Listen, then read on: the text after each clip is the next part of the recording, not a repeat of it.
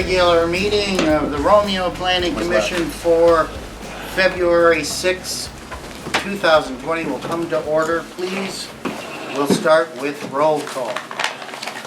Stegner, Here. Fowler, Yes. Luther, Foltz, Here. Trubovich, Here. Grandstaff, Here. Hall, Webb, Here. Kuzmanos, no. Okay. Has everybody had a chance to read the minutes from our last meeting? And I'm sorry. I make a motion with second, okay, the motion is made to approve the minutes from our last meeting. All in favor? Aye. Opposed? Nobody. Now we move on to the public forum part of the show. There's nobody out there. This is Chris Smiles is here, and he's going to be one of our new planning commission members in April. So I believe he's just here to Have you been sworn in, Mr. Smiles. Smiles? Yes. You have? Okay. Well, enjoy what you see here. Sworn Welcome in to or the sworn commission. out? Yes. the only one. Many times. Miss Kim Davis. Oh, yes. And so there's a question that says, you start now, you're sworn in and everything? No, I'm just observing tonight. Okay. I think Christine had me come in April. Okay. That was planned. It says January, but okay. All right, well, welcome then. All right, so we have three things on the agenda. Master plan discussion with Mr. Casson, our planning advisor. Mr. Casson, you want to take over? Or? Sure.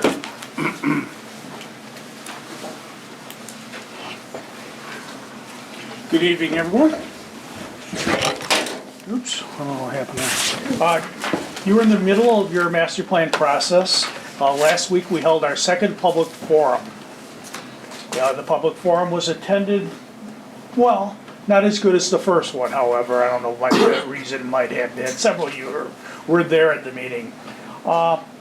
What I did at that meeting, and I believe the PowerPoint's available at the Village Hall and maybe even online right now, I'm not certain that you guys can get it. But what we did at that meeting is I updated the members that were there, the residents that were there, some of the demographic trends that have occurred in the village. Your population has remained stable, but some of the good things is your tax base is rising a little bit. Housing values is exceeding. I think, Mr. Stegner, you have a copy there. And some of those things, everything's pretty much status quo. We saw, though, a nice surge in housing values compared to the rest of the county. Saw a little bit of an employment increase, but we're also concerned about Ford and what that might do. Although there was some discussion about that could be an opportunity. Exactly, right? Yes. Yep, it's a great opportunity. But what the main purpose of that meeting is to ask the public a few questions. And I really didn't get a lot of great input on that, so I want to ask you guys the same questions, if you don't mind. And you don't have to respond tonight, you can respond by email or whatever, but some of the issues that came up over the first public forum was parking. And the question is there enough parking in the downtown, or is it just parking that's not utilized correctly? Kind of heard at the meeting that people think there might be enough parking, but they want it right next to the restaurant they're going to frequent. Somebody said they weren't really willing to walk the block and a half from the Bailey Street lot to the downtown. And that's not typical of a downtown. Typical of a downtown, it's a destination, you don't mind walking. But those are some of the things. I guess one of the things I wanted to ask you guys is there a real parking problem or a lack of parking, or just a lack of how parking is managed, or the employees taking up the parking and those kind of things? So I'll throw that up for some input, if you don't mind. Right now? Yes. Oh. Well, the parking to me is really during the day, from 10:30 to 1 o'clock. Okay. The village is filled on both sides. Right. And then the back of the buildings all the way down is full, it's jam-packed. So it's no place to park if it's, the plants is turning out. Mhm. And they're coming into town, parking, and getting lunch and going back. So after 1 o'clock, it kind of let off. It- And you Okay, can get a place to park. But from 10:30 to 1 o'clock, it's jam-packed, all the way around. every lot. I'm off every day and I ride through all the time, so Mhm. I see this. It's jam-packed. There's no place to park. Okay. And if you get one, you're lucky. How about in the evening? In the evening,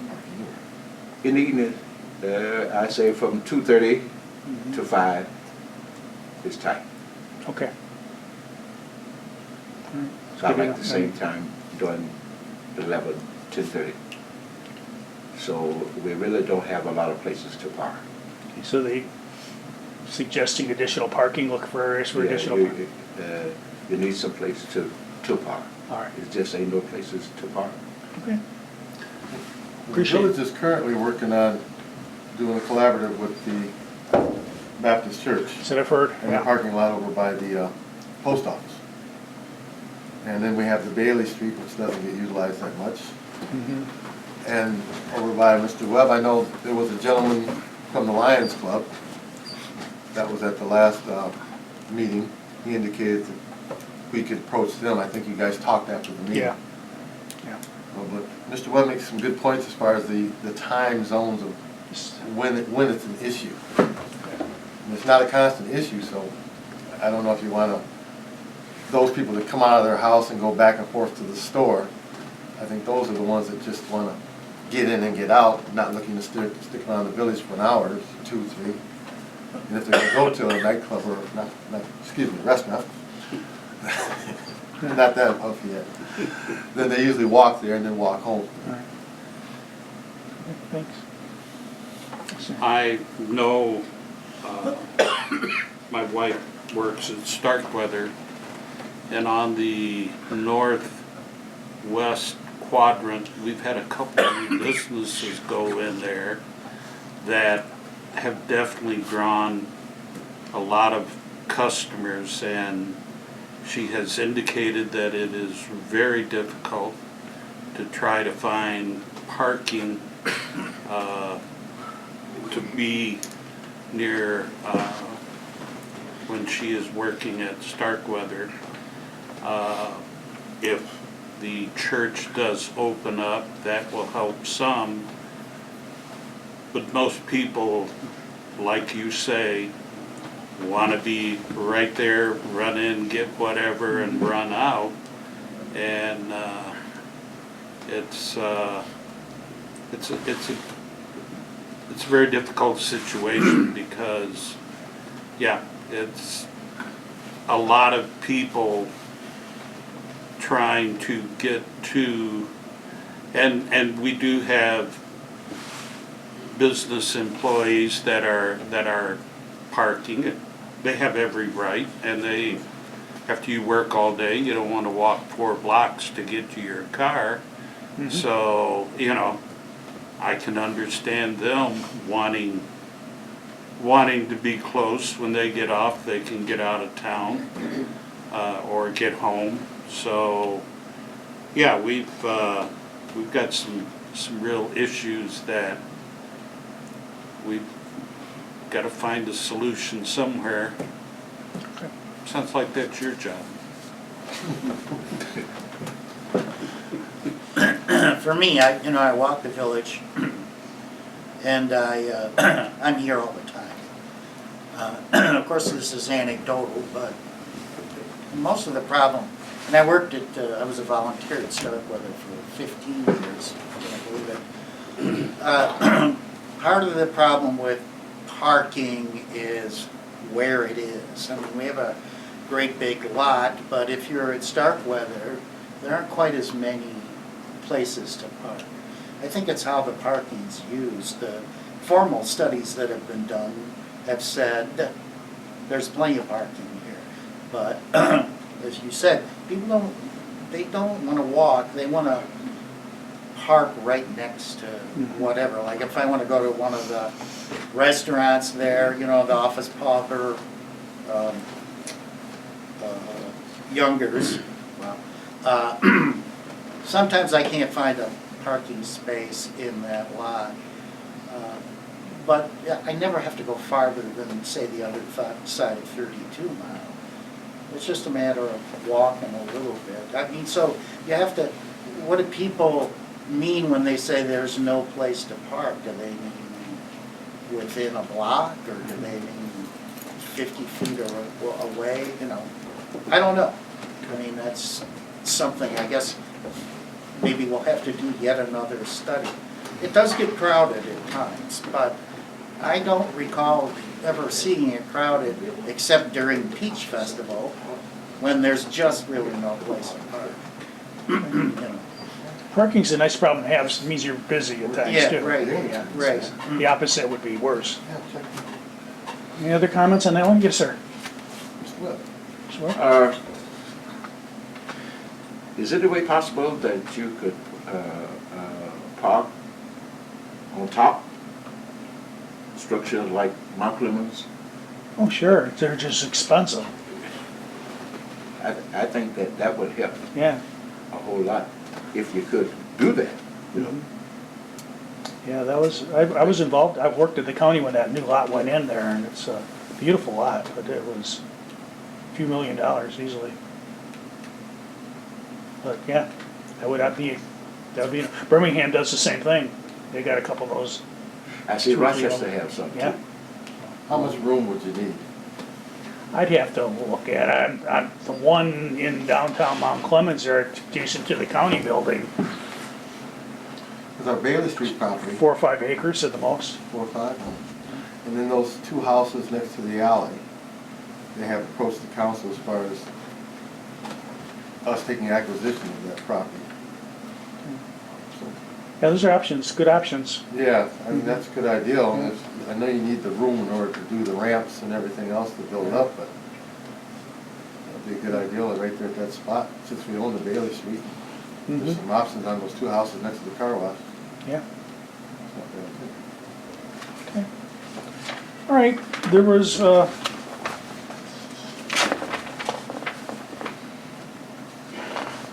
about the downtown. All right, I've heard mixed comments on use of ground floor space in the downtown. Currently, what you guys, you know, is if somebody wants to come in for a non-retail space or lease on the ground floor of one of those buildings, then it needs to go for special land use approval. I've been contacted by one individual, I understand he's a broker in town, but he thinks that there should be no restriction, that whoever, you know, it's basically laissez-faire. Once, you know, if there's a person that wants, or a group that wants to go in there, it should be allowed. Others have said, the other school of thought is, you want retail in your downtown because that attracts people, daytime people, visitors. What's your thoughts?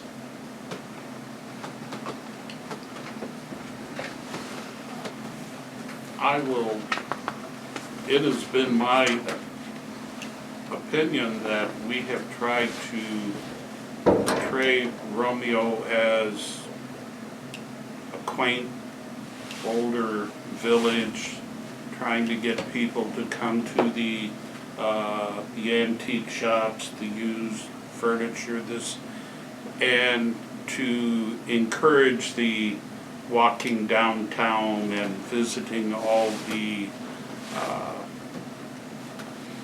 I think if we want to maintain that, we need to keep a handle on what is going into the downtown. I know it is, you know, I try as much as I can to buy local, but there's just some things you've got to head down by the mall or Pontiac or wherever, but I think we need to have input as to what goes in, Into the, these first floor businesses. which you have now under special land use approval, so you're saying that's fairly, keep it that way, or that's your opinion, keep it that, okay? Yeah. I guess, and off of what Mr. Grandstaff is saying is, and I think I brought this up at the meeting, is the facilities which we have, the square footage in each one. I mean, these businesses love to come in and see 1,200 square feet, 2,000 square feet, where they can maneuver and do something on the first floor. But a lot of our buildings don't have that square footage in them. So they're limited to what can be in that storefront or on ground level. And I think you and I both had the conversation regarding the possibility of the acquisition property out there at Powell Road, of things that we can do, especially as Ford's leaving, a wholly new designed area for the DDA or whatever. They can amend their bylaws to actually reach out that far. So there's things that they can do. Our downtown is surrounded by residential properties. It's not going to grow anymore.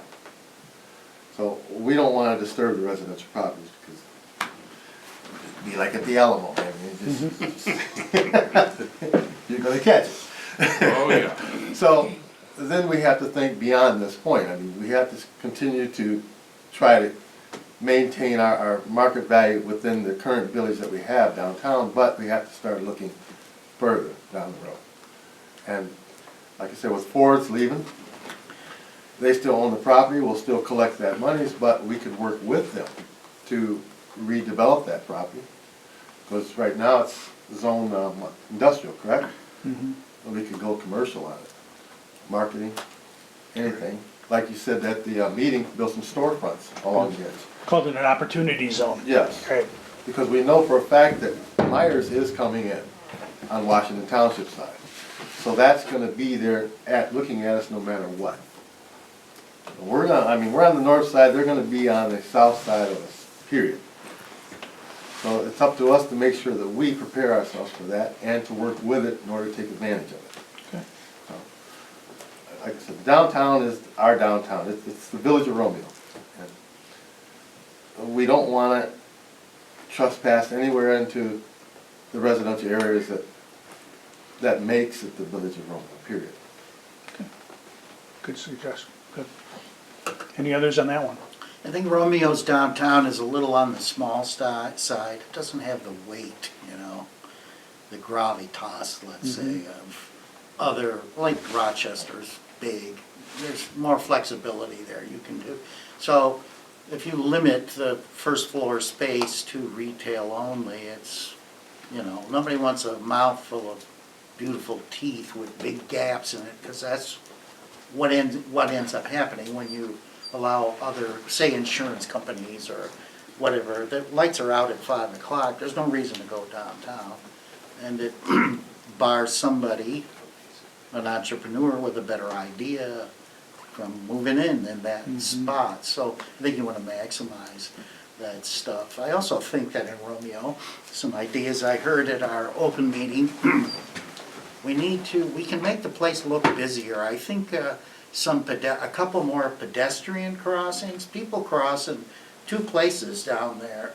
It's dangerous. It would be nice if there were buttons or stop when pedestrians are crossing, or like in Royal Oak, those of you who visit Royal Oak, they have those all over the place. It just looks busy, and people are moving back and forth across the street all the time. I think that would work here, you know, one or two of those, that'd be pretty cool. Right along with bigger signs that say Romeo. You have to consider psychological effects too, you know, like here's the beginning of the village, you know, nice big. Entryway signage. Yeah, Into yeah, the village, that I mean, would to look downtown. real cool, yeah.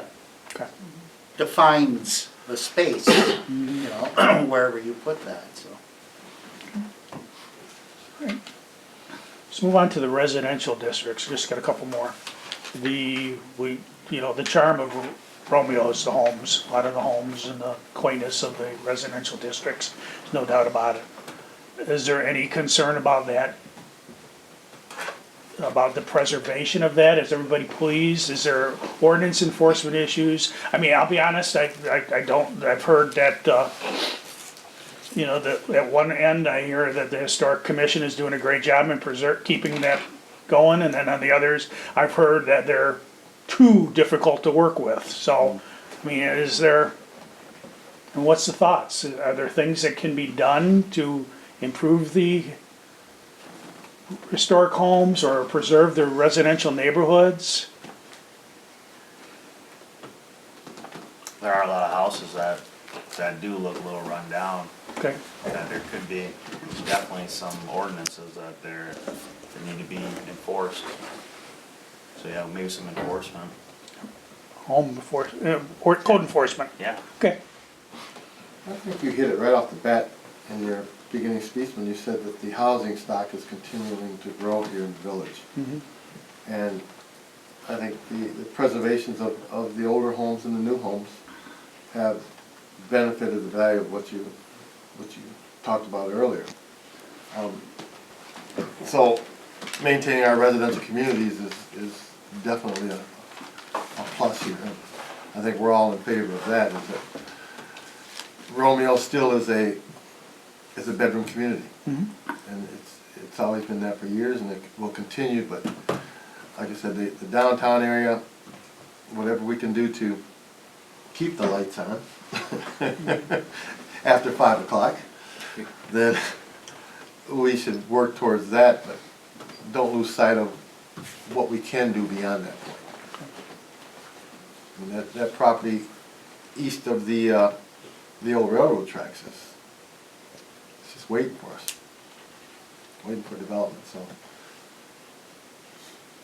railroad tracks would be the trails to you. Okay. Okay. How do you deal with, well, there's mountains of literature, I'm sure, but you have, I'm sure, personal experience with preserving historical homes and things through ordinance. One of the reasons I moved here is because of the 150 years of architecture. There are Yeah. lots of advantages in a community like that. Because people tend to maintain them at different times, so one house is always lifting another, you know. But I've heard, since I've moved in, I've heard the minute you say, well, you know, we're gonna hold the front of your house to some standard, you know, it has to be Greek revival, then it has to be like this, and people go crazy, you know, nobody's gonna tell me how to work with my house. And the first month I was here, I went to a village meeting, and one of the developers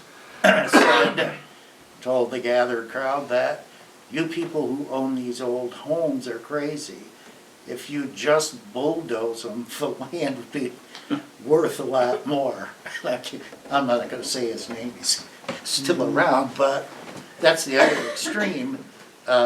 So I really don't know how to deal with that, because people are very touchy about being told, you know. There's a Standards. fine line between improving your home and getting into the architectural standards. And, Yeah. you know, there's been some communities I've worked in that I'm not saying that it's happening here, but the Historic District Commission is so difficult that people don't want to even paint their house. Yeah. Because of the steps they have to go through. And what happens then is it gets more run down because they're not making any improvements. I think the key is to basically to work, have more of an interaction between the Planning Commission and the Historic District Commission to just kind of work through these problems. I can tell you I don't know much about the Historic District Commission. Somebody did reach out to me and wanted to meet with me, so I think that's great. Yeah. We're working on some historic houses down in Detroit, and like simple window replacements. The homeowner would love to just put a simple double hung vinyl window, but you got to put an ironclad, aluminum ironclad, all that kind of stuff, and those windows are expensive. Yeah. You know, just to install them too. So a lot of the maintenance on the homes, which you're talking about, they just let go, try to repair what's there, and the air leaks through the windows. But it's all about finances of what you can afford. Yeah, and it's that balance between the two. Historic preservation and Yeah, so that's where they get in the way, and to prevent homeowners from keeping the houses up. Yeah. Or they want them to sell it anyway. Is that word gentrification? We do have a lot of rentals over here too, so we could make things a little bit more strict on these people who don't, the homeowners don't actually live in the house. There you go. They wanna make money off of the house that's in the Village of Romeo. Could have a rental inspection ordinance, Yeah, absolutely. Exactly, cause there's a lot of them I know that are really run down. I'd go for a rental inspection, yes. I'd support that. The last question I have, and Mr. Fowler touched upon it, was the use of the Ford facility. I mean, what are the concerns there? I mean, I think the public hearing the other night, we reached a nice consensus of leaving our options open, calling it an opportunity zone, looking at a mixed-use zoning, as opposed to being hand-tied with strictly industrial. Let's see what comes in. What's the thoughts on that? So is the Ford Motor Company, is their plan actually to take down the factory, or that's staying up, right? I don't think anybody really knows at this point. I think he's up and rare, and right now that they're looking to move the majority of the action down towards, what was it, Sterling Heights? Either way. Yeah, But they're moving, some parts of the Indian, the Mustang Indian is going to Flat Rock. The 6.2 and 22 is done. What I'm hearing about I'm on the UAW retired board. We just had a meeting last week. I don't want to put this out here, but what I'm hearing is Ford got 300, which I know this, because I work with them. The Utica Trim peoples came from plant closer down on 23 Mile Road. That plant closed. So high seniority peoples came to Romeo, booted all the young peoples out of Romeo to 18 in Van Dyke. Mountain Road, 17 in Mountain. What you have out here now, you got over 300 retired peoples with skilled trades and 35 and 40 year peoples here. Romeo has been trying to get these peoples to retire when I retire. Offered of all bows. They don't want to leave because it's an easy plan.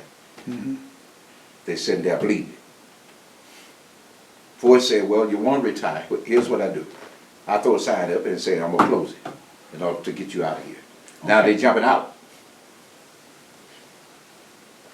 So what I'm hearing that after they get these peoples out, then they want to get this plant back up to a two-tier plant. Okay. So it's bad to say that they have to do this in order to get the peoples out of here. It's too bad, yeah.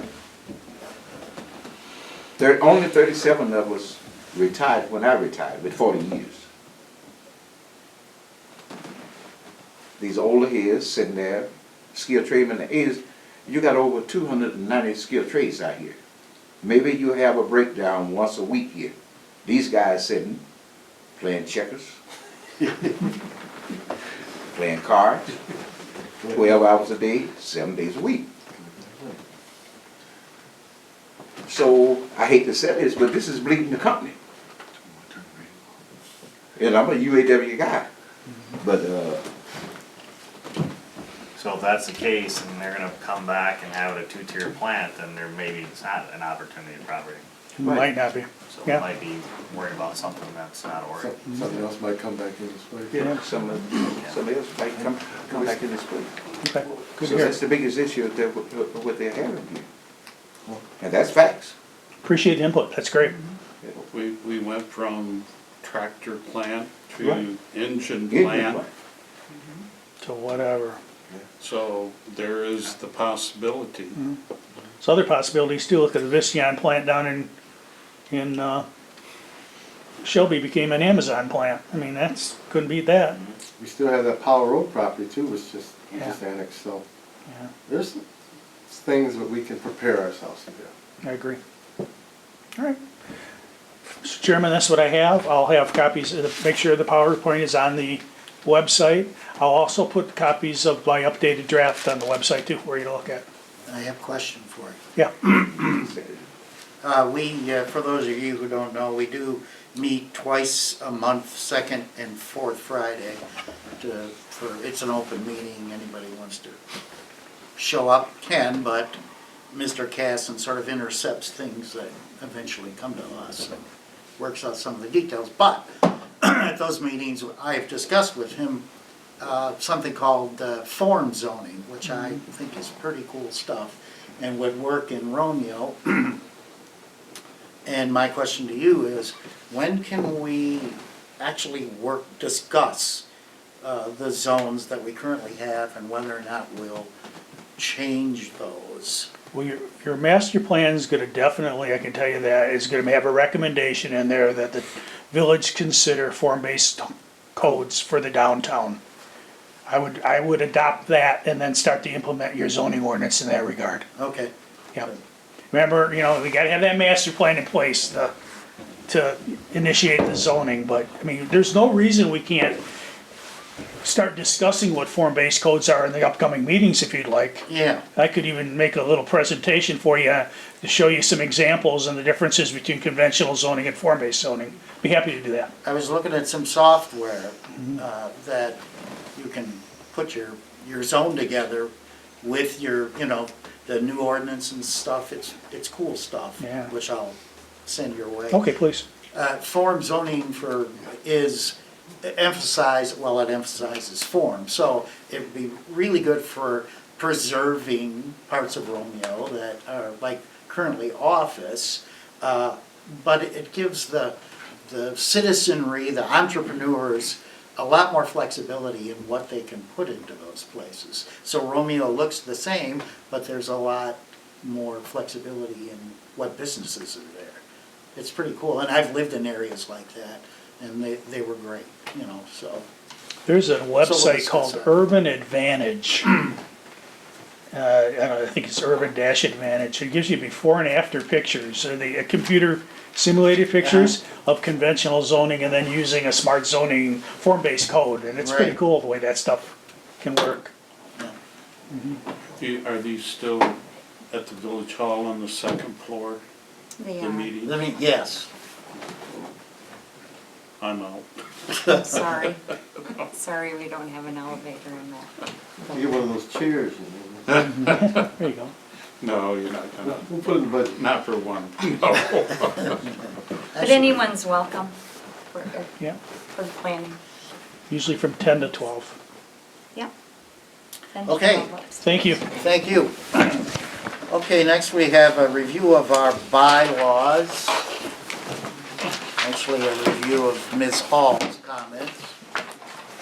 Anybody have anything to say?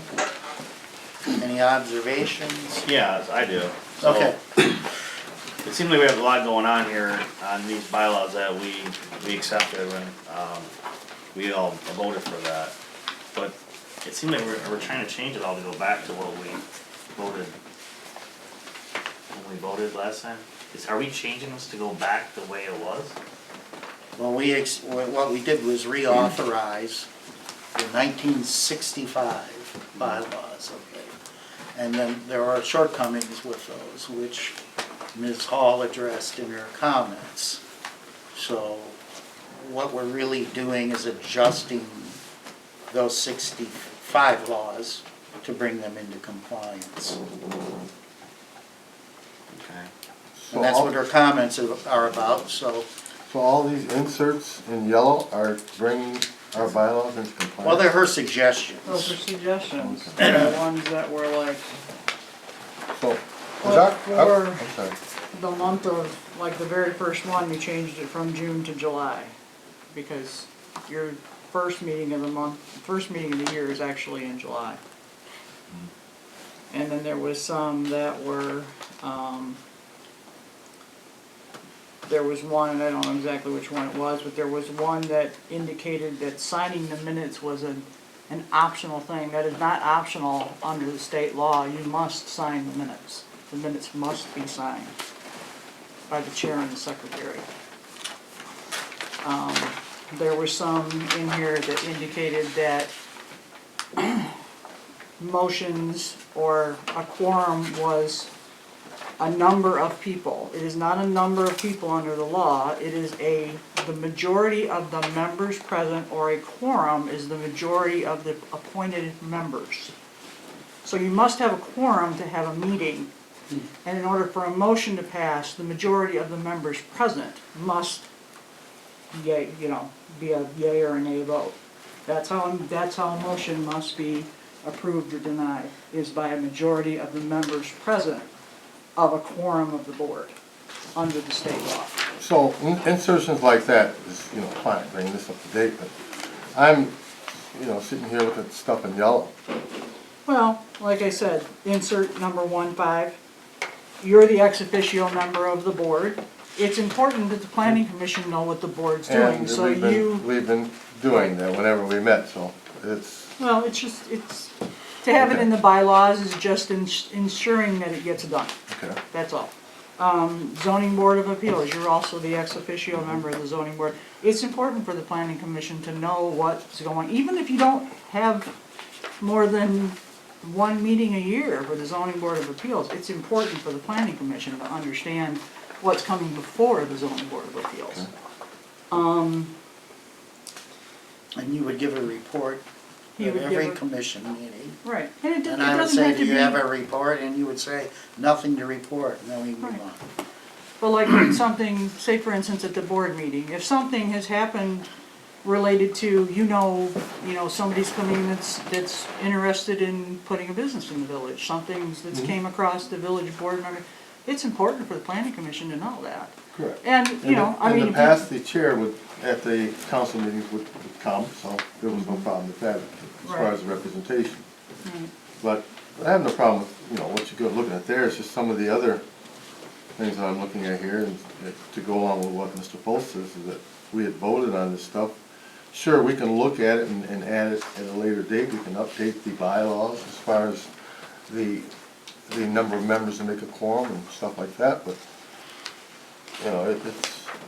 it just seems like a lot of the control of this planning commission is just, Well, you're not giving Falling up any, wayside. but you're not giving up any control, like there was something mentioned about having the planning consultant. The reason we have a planning consultant is because he is gonna look at whatever is presented to us. you see that, he was hired to help us with the master plan. If I'm correct, I think that's the reason why we hired, And I think he does beyond. a great job here, but And beyond. So those words beyond it didn't come out of that meeting on the 9th. It was just to assist us with the master plan, The council Not- meeting or the commission the meeting? commission meeting. So if his job description has increased from that point, then maybe that's something that the village Well, I'm trustees, sure that we ought to was create a discussed. job position for him, which I think that's probably what it should be, if we're gonna use him in that aspect. Well, we don't have to solve everything tonight, but there are a couple of things I think we can vote in. I mean, we can make a job description for him. But I thought we Yeah. hired him Well, I for think that was the thing I was gonna suggest. assistance of the master plan. Section 6, conflict of interest. That's required by the state. That has to be in our bylaws. So we can vote that. I don't have any problem with it the way it's written. I don't have any real problem with the absences. Section 5. So, we can vote that in tonight if we want. If I can interject, on Article 3, Section 3.2, the order of business, I would like to eliminate 10 and 11 from that, because we have with item 6, communication. That can be communication from trustee or whatever other committee he's on, the administrator, and what whatever information she has. I don't think there's any need in the list of things we should address to include those two items when they're covered under communication. So I would really like to eliminate those from the list of business, normal order of business. Well, I don't know what communications means. I mean, I'll give you an example. If Making another phone calls. If another community is preparing or revising or reviewing their master plan, normally the village would get a notice. That would go under communications. Is what would seems go like there. there ought to be a better way to phrase that, though. It's awfully vague to me. I So think- that's wholly different, you're saying, than. I think the it ZBA covers report. all communications. It is communications, be it what we get from the administrator, from him, input from members, information that you bring to the meeting. I think communications is a point for us to, if something needs to be brought to our attention, I don't see the need to have a separate line item for him to talk about what the trustees are doing, or what the ZBA, which I think is you also. I think it's a duplicate, and we don't really need that. We have communication, I think covers, I think it covers all aspects.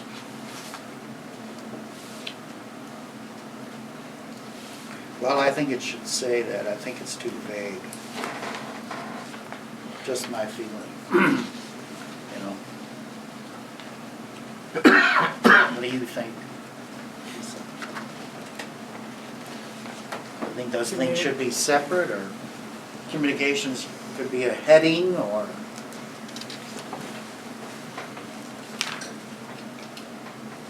Like I said, normally under my, under what I do, under the way that I've seen it handled, and other communities, communications would be like anything. Again, say for instance, if, Washington Township is looking to review their master plan, they're gonna send something to the village. That's a communication, is what that is. These reports are simply just Zach saying if there's something there or there's not anything there, and it's just making things in order is all that it It's is. communication. Communication from, to us. I mean, our chair and our vice chair does the reports of whatever information they're getting from the main office, which would be the president. So and you guys meet twice a week, so he's communicating to us with what's going on. My reports as far as what the village is trying to do with parking like that tonight, so we're talking. And I guess that's what you're trying to say, we're communicating. Everything's coming out. You want everything in nice straight lines. I see what you're saying. It just keeps the meetings flowing on a regular, consistent Like doing a basis. KISS technique. Yeah, it's Keep it just, simple. it just keeps a meeting flowing the way that they're supposed to, the way a public meeting should flow. It just, you go through a meeting and you Public mark meetings have been things flowing off. for years, pretty smoothly here at the village. I always view all of this as keep it as simple as you can. Is there any requirement for these 10 or 11? No, there's no requirement as Okay. to what you have on your agenda, no.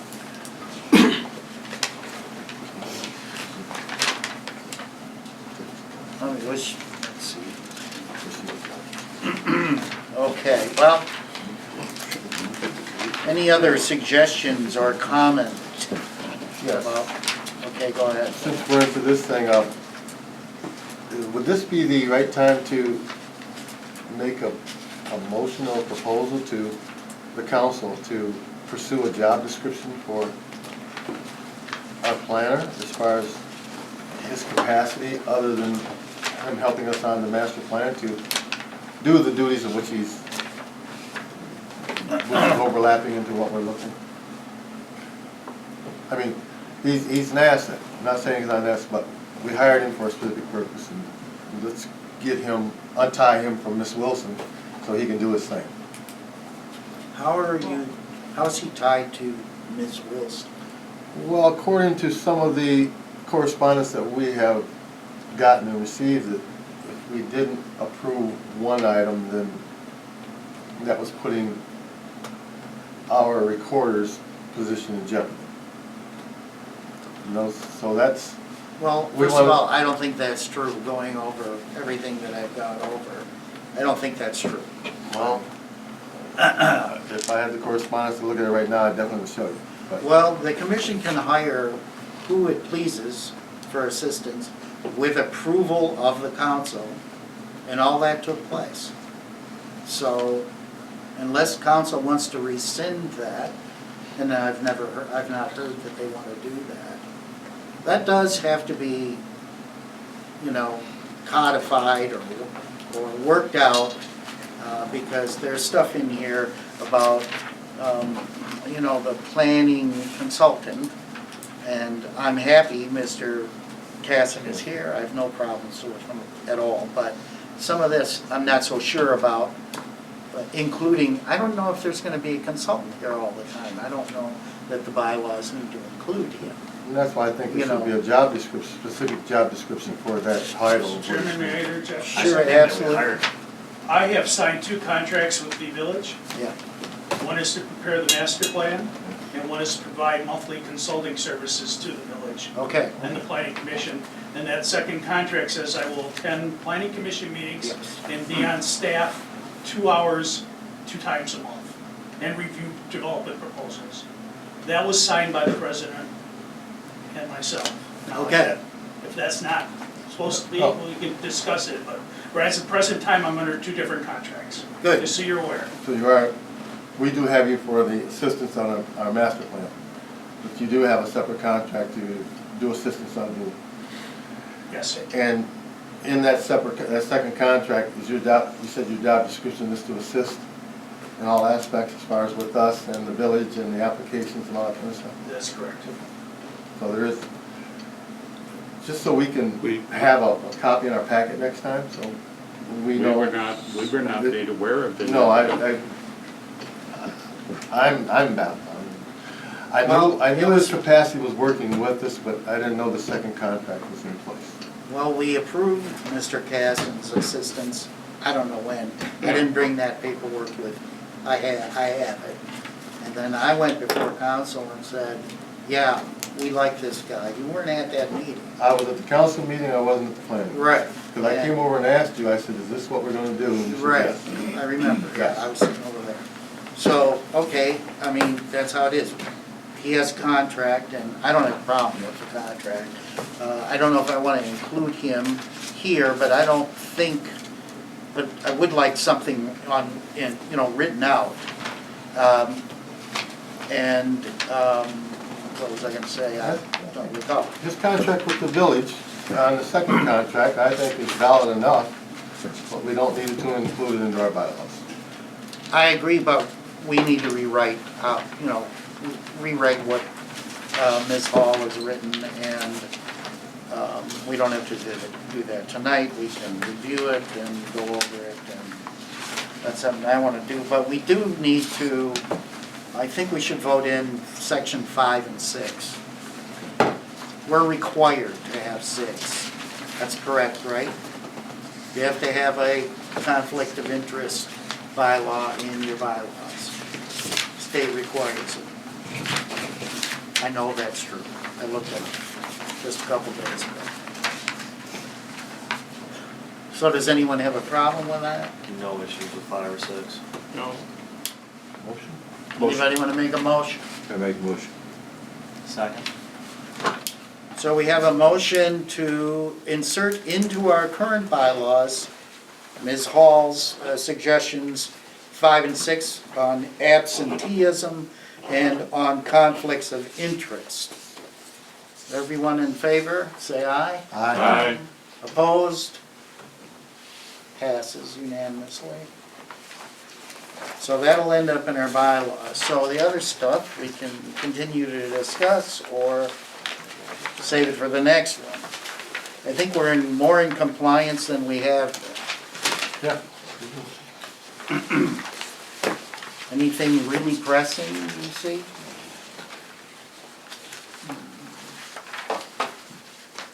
Do we have the change to keep Cindy here helping us? Yeah. That might be a little pressing. Well, I mean, that's something. I thought that's a done have. deal, though. Do we need to put off what he said? Do we? No, I think you're safe. Well, can we look into I that? didn't see it in Yeah. here though. Yeah, just, Yeah. I think it's saying in there that you had to have a secretary, right? Well, but she's already our, But she's been Planning approved as a. commission shall be assisted by the village clerk, Mhm. and that's Yeah, all that's that a it part- said, that is all that it said in the Yeah. 1965 one. My inserted zoning administrator under the assumption that it is Cindy, because Cindy is the one who handles everything. Also, the village ordinance says that we can hire who we want. And we did that, and council approved her pay. right. So that has not been rescinded. Do we just need to reactivate that and just make sure we I get it don't on the think, books? I think it has to be deactivated before you reactivate it. Because I know. it And was I don't approved. think that's happened. We can make some sort of a statement all over again. I really, if you want to do that, that's fine. I don't think it's necessary. I would like to add something to the agenda. It seemed like it was necessary when we had that meeting here when the President and Kathleen were Correct. here. And they made an issue, speaking about it, that the clerk was gonna have to start doing this. And then we all started And having the a clerk conversation agreed about the with me secretary. that, Not here. Mr. Foltz, yes, she correct? did, yes. No, Mr. Foltz is correct, because. I this- said that's too much The of a president burden. did say that the two are tied together. And no point blank asked that question. Well, okay. And that's I when mean, the if you wanna, secretary's talk came in. if you wanna make some kind of a motion, that's fine with me. I just don't think it's necessary. You know, it's fine, it won't hurt. I mean, Yeah, I'd like to make a motion to keep Cindy on as our zoning administrator. and so they're gonna have to Second. reallocate funding, you realize, right? I don't know that, I just You know know, they they- were saying the last time, it seemed like it was a big deal, and we definitely wanna keep her, so that's the Right. only thing I know to do. Okay, well, you know, Just to ahead. follow the paper trail, and that's what he's creating, which it may need to happen. I second that motion. okay, the motion is made to keep Cindy as our recording secretary. I think there was a, And was it planning commission administrator, zoning is that the title? administrator. Zoning A and zoning administration. Zoning but a administrator. zoning administrator does more than take minutes. Okay, she has it. Which she does. Did you by chance bring that letter with you, sir? Mr. Joe? Which Uh, letter? The one that, had. Oh, no, I did not. Okay. Here, I think it's so, there. did I give you one of these? Recording secretary Okay. duties? Are we saying the recording secretary or zoning administrator? What was the title she had? Actually, the zoning part of it, I really didn't know much about. What is the current title? Yes, again.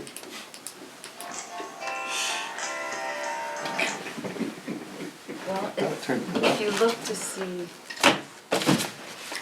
this here, it says the village clerk or zoning administrator shall Mhm. accept applications Well, this for is matters to language be we want to reviewed, change. I sent that. coordinate with the planner, which I do, prepares agendas and packets, which I do, informs the planning commission of enforcement actions taken on behalf of the township, related, which would be village. Well, I think this needs to be changed. This is some of the language I want to change. But, I mean, I guess there's a conflict. We hired her and the funds were allocated. So, Yeah, and then they got mixed up some kind of way yeah. for that conversation that we had at the last meeting. Yes. So we wanna make sure that we, But even Catherine Traps, I said, you don't wanna take on Cindy's stuff too, do you? And she said, no, She made that very clear. Here. you know, so, Article 4, 4.12, with suggested insert, I think minutes shall be kept by the zoning administrator on all regular meetings of the planning commission. Minutes shall be subject to approval and public record. next week, okay. Sorry. Public record, all meetings, minutes, documents, correspondence, and other materials of the planning commission open to public inspection, the freedom of information. So the zoning administrator, which is her title, I think is covered in that. Am I wrong? No, that's what I do, is have responsibility most of of the, those things that are listed there. Hmm? I said most of those items that are listed there, I special which shall be would do. granted administration. So a zoning administrator, does she have to take an oath or walk over hot coals or anything? She'll walk over some hot coals, yeah. She'll walk over some coals. And no, she doesn't need to take an oath. All right, Yeah, the title was Planning Commission Administrator. This is on November 17th, 2014, 2016, sorry. okay, so we need And, to insert that. Trustee Rosell, supported by Trustee Tresno, to adjust the hourly rates to reflect Mr. Wilson, increase the compensation for the Planning Commission Administrator. So, that's already in the Planning Commission minutes. Okay, yeah, I've already put that on. No. November 17th of 2016. Okay, so you're safe for now, and then we'll, you know. So, yeah, it's already documented, and So, this motion is, Do you still wanna make your motion? I think, I, you know, it's. I guess to be honest with you, I'm a little bit confused right now on what's what, because if we adopted something that was started back in 1965, now we're going through and changing it, we have something back from a few years ago that it's okay, but we changed it, I don't know, I'm confused. I just wanna make sure she's here for us. yes. Well, I'll just review, oh my God, my mind isn't working. We reauthorized the 1965 bylaws, but there are problems with that. Right. I think you recognize that, lots of problems. So Ms. Hall made a lot of suggestions, you know, using her expertise, and now we're sort of bringing bringing that 65 bylaw document up to date. That's what's going on.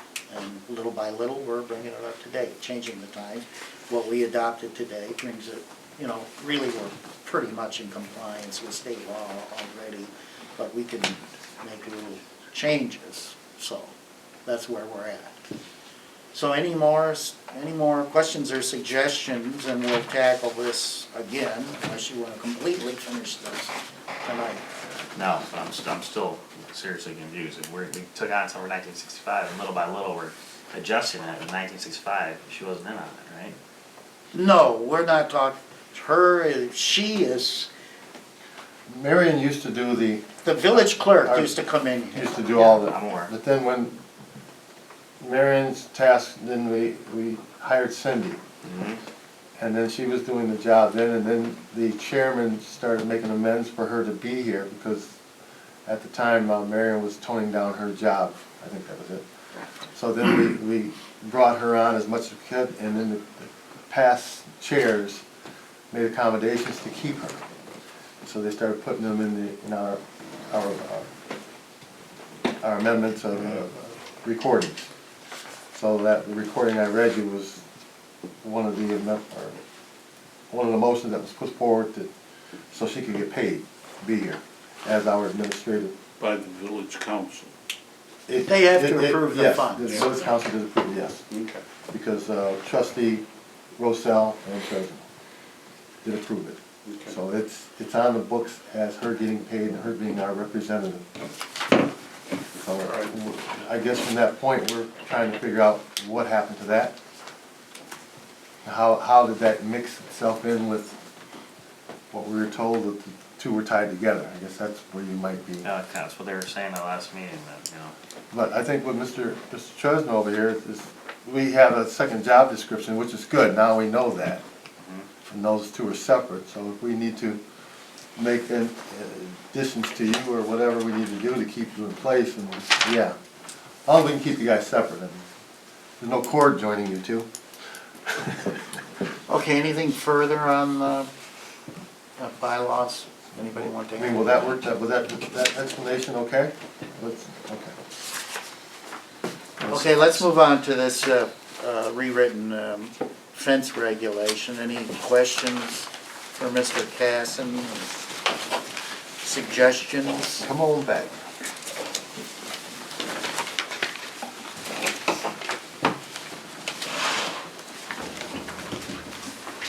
The fence ordinance was rewritten, just kind of reorganized to be more clear, or clearer, I should say. But the main change was precipitated by some neighbor feuds that said if you're going to put up a privacy fence, you need permission from your neighbor. Well, think about it. If you're putting up a privacy fence to get away from your neighbor, you're not getting along with your neighbor, and it's difficult to get an okay. So what this does is it provides, yes, sir. Neighbor feud, so I happen to be involved in that neighbor feud, and it wasn't a privacy fence, it was concrete boulders, Okay, or well, blocks, which Yeah. he had put down, yeah, and tried to pass that off to the village council as, it was or the village board, whatever, as far as fencing. So then the village had sued him to remove those, and it was going to court, okay. because there was a violation of the fence ordinance, because there was no footings or anything up underneath it, they were just sitting on the ground. And those big concrete highway blocks are either to retain aggregate or walls or something else, but not just to sit on dirt. Okay. So, I mean, that's That's one of the, okay. that's what was going on. I have the court documents here if you want to No, review well, those. this Okay. gives definition of fences. It requires foundations, proper foundations. It provides a whole set of parameters on what's a fence, what's not a fence, and it's aimed at getting rid of the nuisances. And what it did, getting back to the privacy fence, it requires that the good side be your neighbors. So you can't just give them a bad side and that. I think, and it's consistent with most of the surrounding communities in terms of the fence orders. There's nothing shocking in it. It requires a permit, so.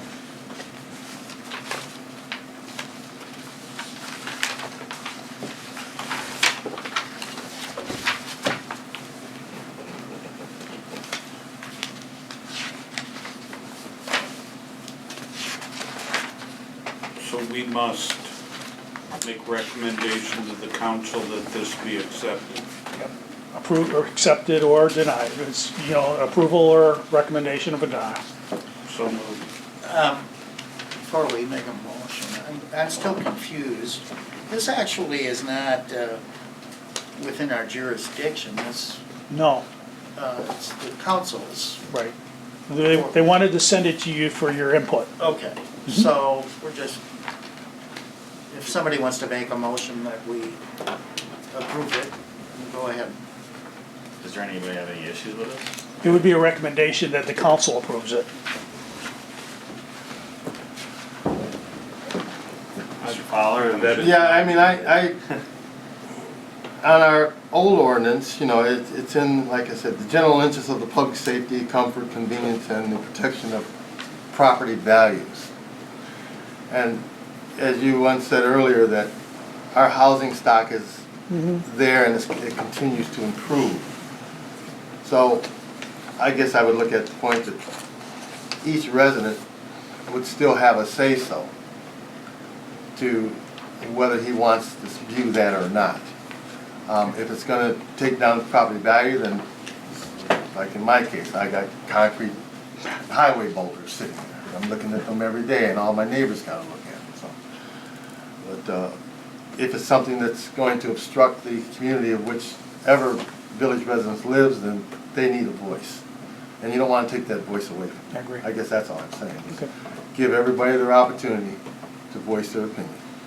And you don't wanna just take it away just by saying, we're recommending this to the council. The council will say, well, you approved it and you sent it to us. A green light is a green light. So, what are you saying? I mean, Yeah, how is this any different than any other ordinance?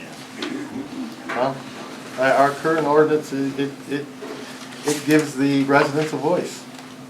It also gave the guy the right to put concrete blocks across the street. It did not give them the right according to the documentation, because the village actually had a lawsuit against them. And I don't know if you want me to get into details, but it didn't give them the right. The village was actually suing him to remove those concrete blocks. And at the election time, when the administration changed, the current administration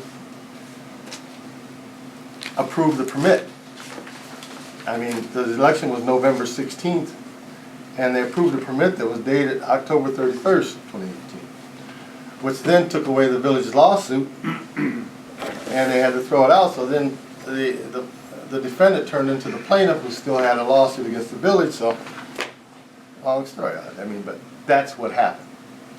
It's good that we give her the neighbor a voice, but at the same time, we wanna be able, if you live in a house, be able to put a fence up that we said was okay. Well, I'm not saying not put a fence up. Yeah, As Mr. That's- Cassian, the first thing he came out and said was a neighbor dispute over a fence. No, it wasn't over a no, fence. I'm not speaking on what your history was, I'm just saying moving forward, if a neighbor wants to put up a fence, not everyone's gonna want it. So to give the neighbor an opportunity to say, yeah, I don't want the fence, the homeowner wants to put it up. Which is I believe in privacy fences. As long as it's one of the things that we've said was okay. I think that we have an ordinance saying that from the back part of the building on around, but we have to be careful that it doesn't come all the way up to the front part of the yard. You know, I think of what, it's 4 There. foot, when the, 4 foot from there to the, When they come in for permits for that, they're always told that that fence will not go up past the back portion of the house. So I mean, that Into the part- and backyard. I think that is in here. It's in- It yes, is it is. in here. And I think this covers a lot of the problems that we had with the old ordinance. So it's a little more restrictive, and short of